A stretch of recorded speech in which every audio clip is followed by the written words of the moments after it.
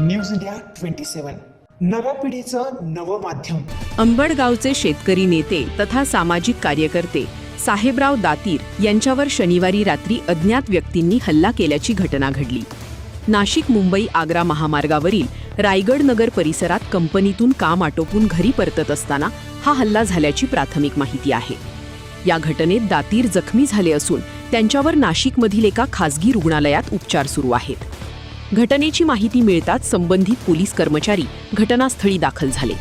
पोलिसांनी घटनास्थळाचा पंचनामा करून घटनेची प्राथमिक माहिती घेतली असून हल्लेखोरांचा शोध घेण्यासाठी पुढील तपास सुरू केला आहे।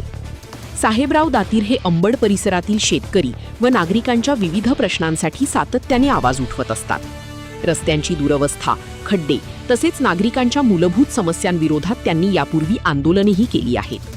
त्यामुळे या हल्ल्यामागील नेमके कारण काय याबाबत विविध चर्चा सुरू आहेत। दरम्यान दातीर यांच्यावर झालेल्या हल्ल्याची सखोल व निष्पक्ष चौकशी करून दोषींवर कठोरात कठोर कारवाई करावी अशी मागणी अंबड गावातील ग्रामस्थ, शेतकरी व नागरिकांनी केली आहे।